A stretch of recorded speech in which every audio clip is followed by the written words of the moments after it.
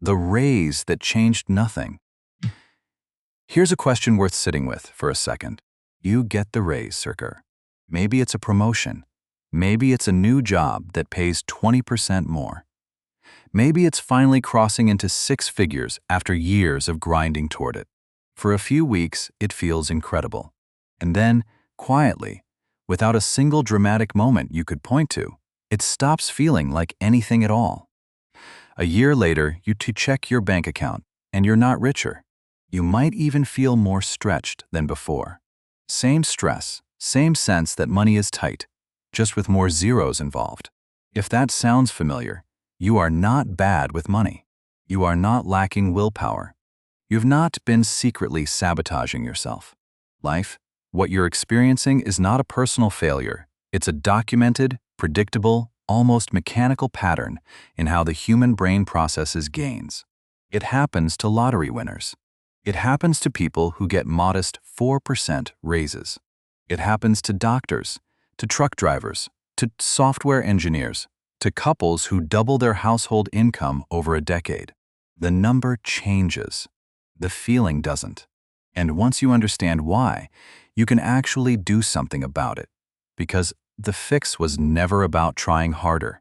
It's about changing the structure before your brain gets the chance to adapt. That's what this is about.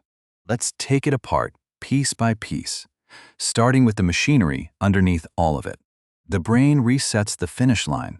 There's a concept in psychology called the hedonic treadmill, and once you see it, you can't unsee it in your own life.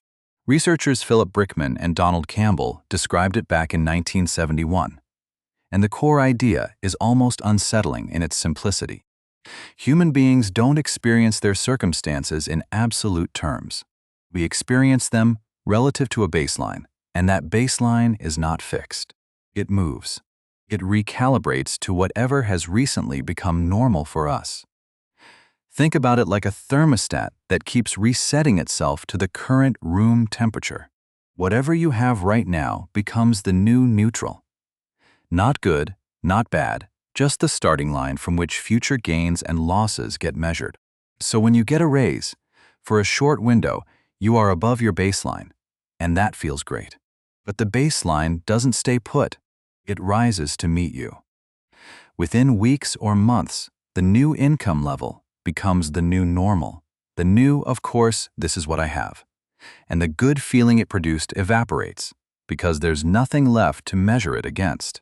This is the same mechanism, by the way, that explains why people who suffer serious setbacks, job loss, injury, difficult diagnoses, often report their happiness returning to something close to their prior baseline after an adjustment period.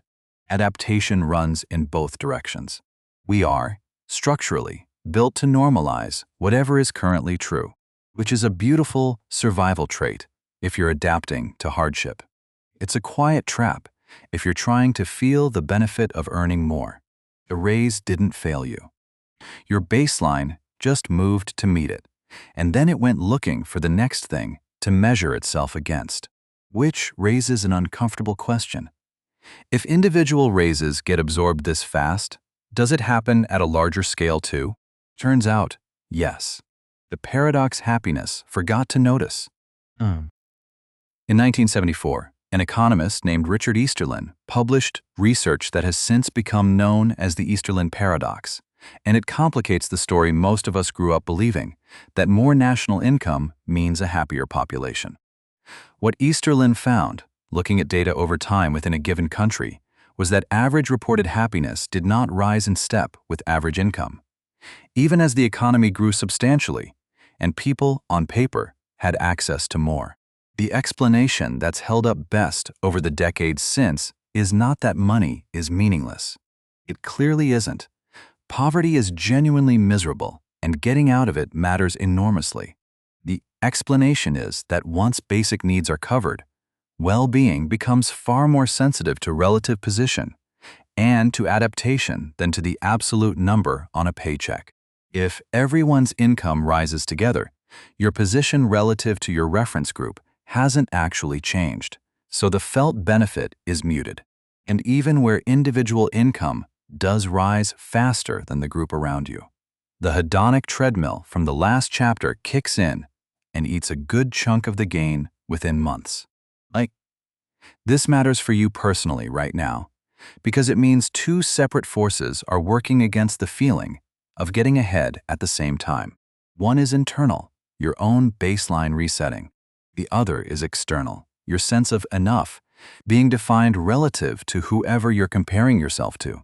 Two mechanisms, same direction, and they compound. We'll come back to the comparison piece in more depth soon, because it's arguably the sneakier of the two. But first, there's a third force at work, and this one isn't about feelings at all. It's about where the money actually goes. Money obeys Parkinson's law, too. In 1955, a writer named C. Northcote Parkinson made an observation, originally about bureaucracy and office work, that has quietly become one of the most useful mental models around. Work, he noted, expands to fill the time available for its completion. Give someone a week to do a 2-hour task, and somehow it will take the whole week.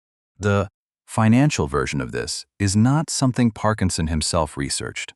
It's an analogy, but it's an uncomfortably accurate one.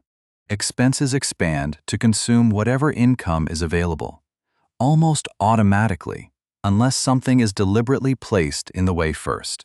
You don't sit down and decide to spend more. There's rarely a single conscious choice you could point to and say that's where it went wrong. Instead, the money is simply there, in the checking account, available, and life finds ways to absorb it.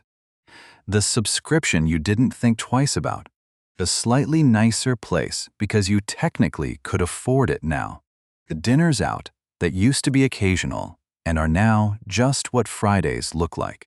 None of these decisions, taken individually, feels reckless. That's exactly what makes the mechanism so effective. It doesn't need one big bad decision. It needs the absence of a structure and the natural tendency of available resources to get used simply because they're available. If Parkinson's law tells us expenses will expand to fill whatever room income gives them, the next question is what actually shapes the size and direction of that expansion. And that brings us to something that has less to do with money itself and more to do with the people standing next to you. The people you compare yourself to keep moving. Here's a mechanism that operates almost entirely below conscious awareness.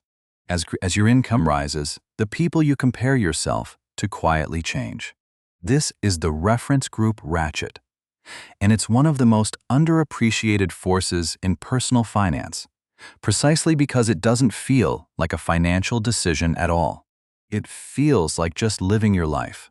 Picture this, directionally, as an illustration rather than a specific case. Someone gets a raise, say $20,000 a year more than before. That new income often comes with a new environment attached to it, new coworkers at a more senior level, maybe a move to a nicer neighborhood, a different social circle that simply has more disposable income as a baseline. None of this is chosen consciously as I will now compare myself to wealthier people. It just happens as a side effect of the promotion or the new role. And once it happens, the old car that felt completely fine a year ago suddenly looks like a problem that needs solving. Not because the car changed, because the comparison group did. This is the ratchet part. It only really turns in one direction.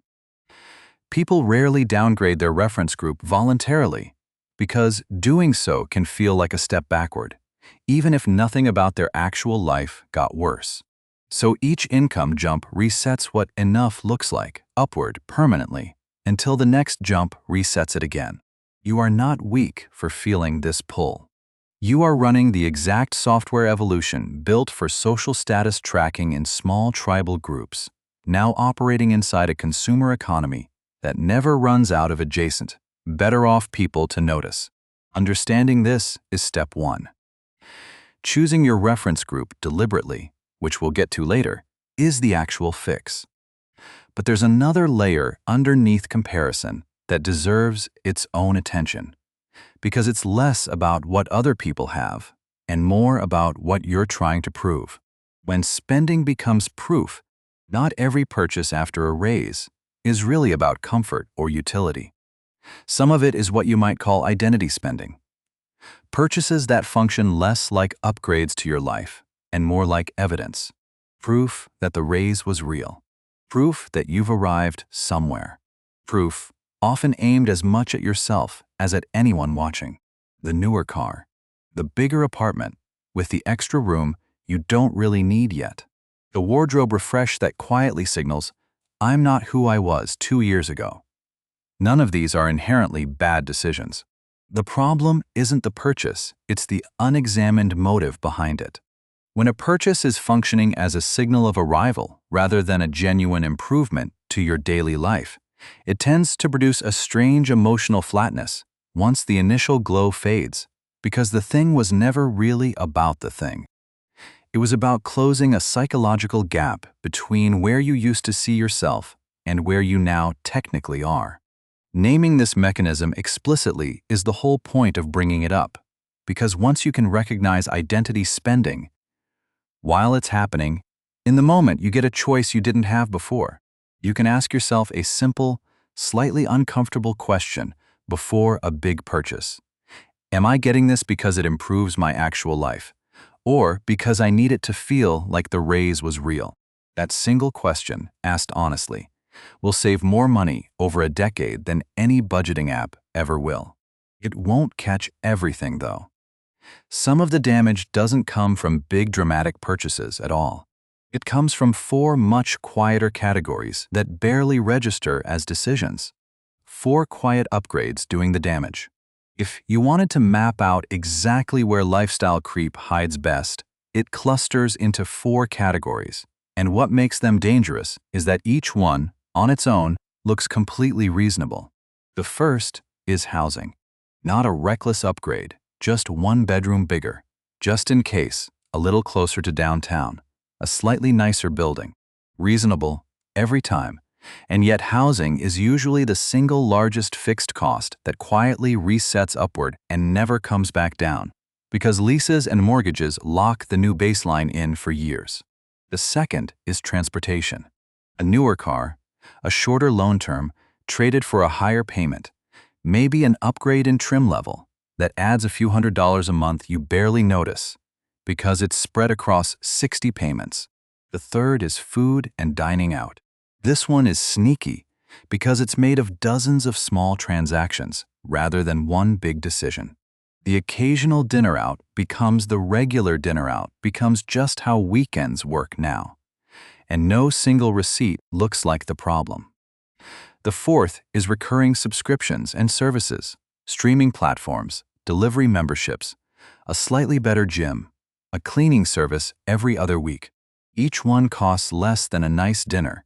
Together, stacked over a year, they can rival a car payment. None of these 4 categories examined individually looks like a crisis. That's exactly the mechanism at work. Small, defensible, one at a time, increases that compound into a completely different monthly baseline than the one you had before the raise, without a single moment where it felt like a big decision was being made. Which brings up an obvious question. If this is happening this quietly, shouldn't tracking your spending catch it? That's where a lot of well-intentioned financial advice actually falls short. Why tracking spending after the fact doesn't work. Budgeting apps are genuinely useful tools, so this isn't an argument against tracking your spending. But there's a structural limitation worth being honest about. Most budgeting tools work by looking backward. You spend the money first, it clears your account, and then, days or weeks later, you sit down and categorize where it went. That's an awareness tool. It treats lifestyle creep as an information problem, as though the reason spending expands is that people don't know what they're spending. But that's usually not the actual bottleneck. Most people, if you ask them, could roughly guess where their money is going. The problem isn't a lack of awareness. It's that by the time the money hits your checking account, adaptation has already started working on it. The moment a raise lands in the account you check every day, Your brain begins incorporating that number into your sense of what's normal now, well before you ever open a budgeting app to review last month's categories. This is why so many people can track their spending diligently, categorize every transaction, review it every week, and still watch their lifestyle creep upward year over year. The tracking isn't wrong. It's just solving the wrong layer of the problem. It's downstream of where the real decision gets made, which is the moment the money becomes visible and available in the first place.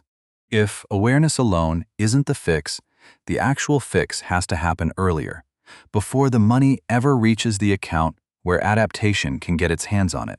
And that's the core tool this entire episode has been building toward. Pay tomorrow's you first.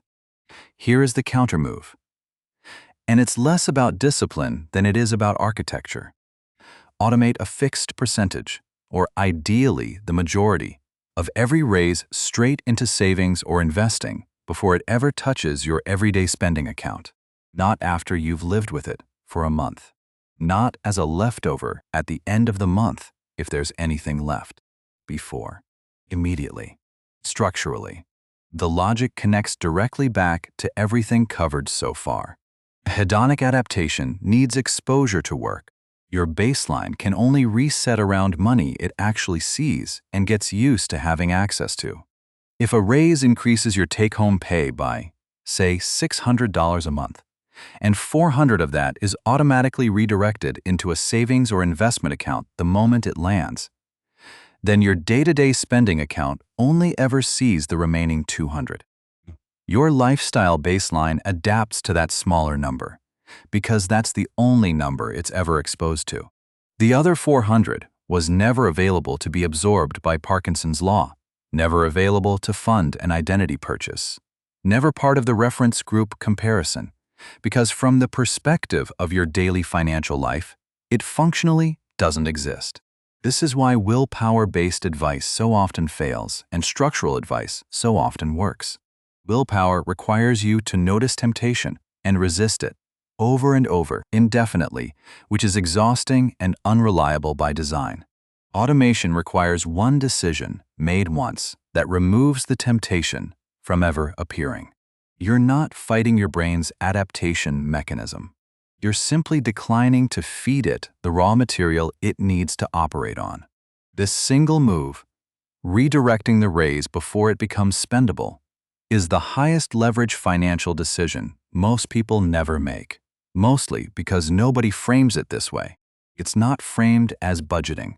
It's framed as a structural firewall between your income and your spending, and once it's in place, it works whether or not you're paying attention that week.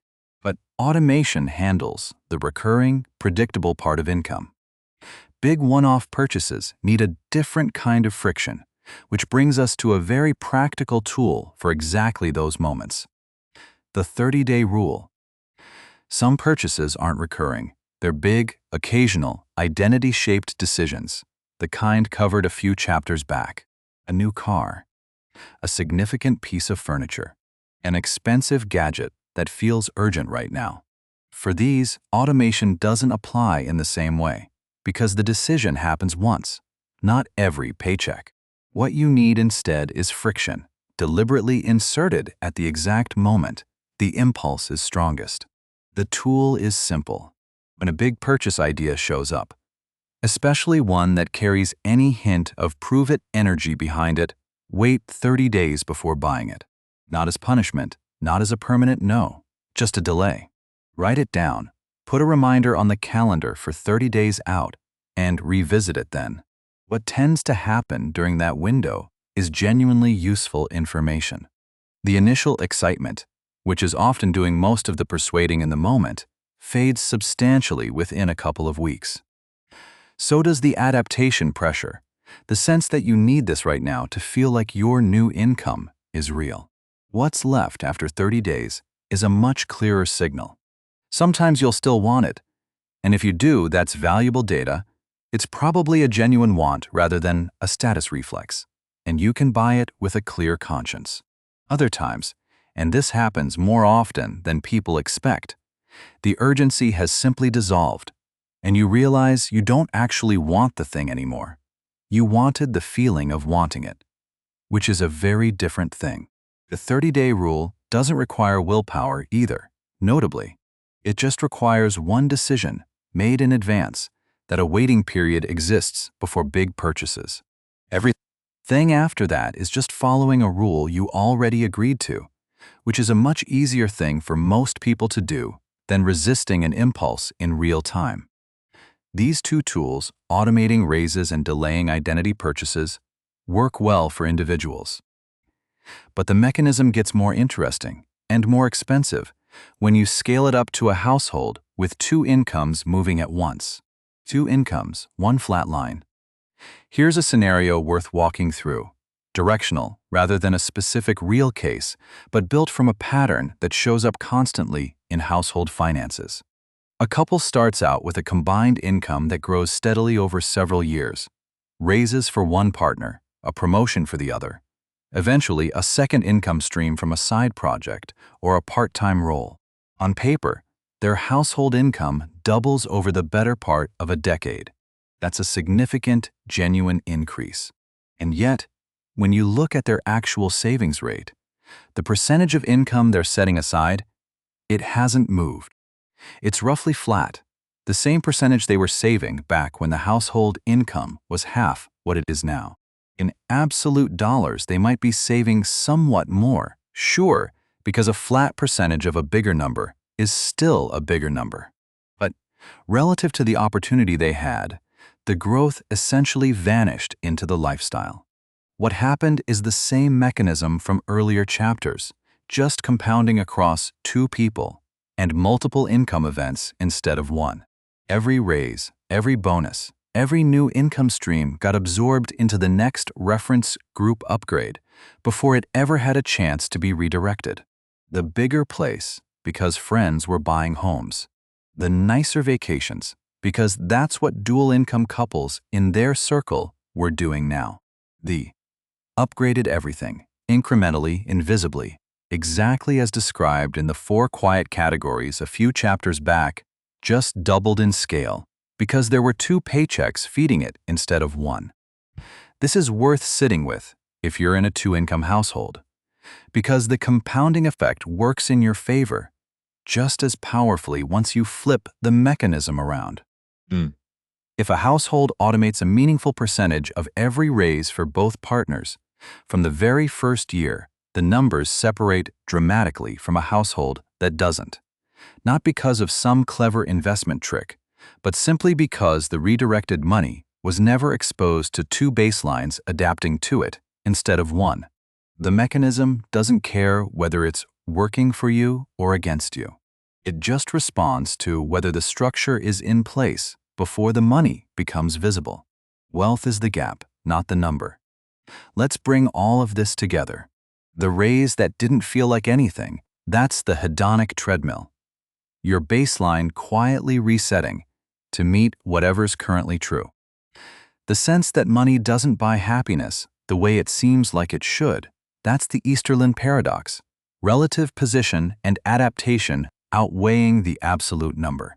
The mysterious disappearance of extra income into ordinary life, that's money obeying Parkinson's law. Expanding to fill whatever room it's given. The shifting sense of what counts as normal, that's the reference group ratchet. Your comparison set quietly upgrading itself every time your circumstances do. The purchases that felt necessary but left you flat afterward, that's identity spending. Proof of arrival. Buying standing in for genuine improvement.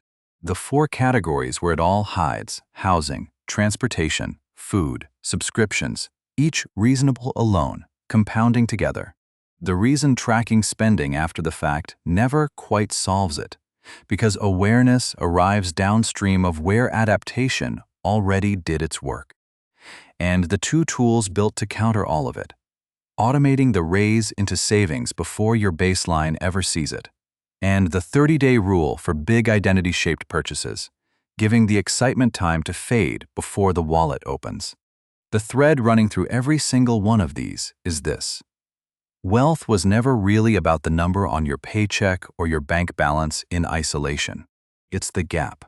Income minus spending. That's the entire formula. And it's been the entire formula the whole time. We just don't naturally feel it that way, because our brains are wired to chase the number, not the gap. The good news is that gap is something you can widen on purpose, deliberately, structurally, without needing more willpower than you already have. You don't need to earn more to feel richer. You need to make sure the next raise doesn't quietly disappear the way all the others did.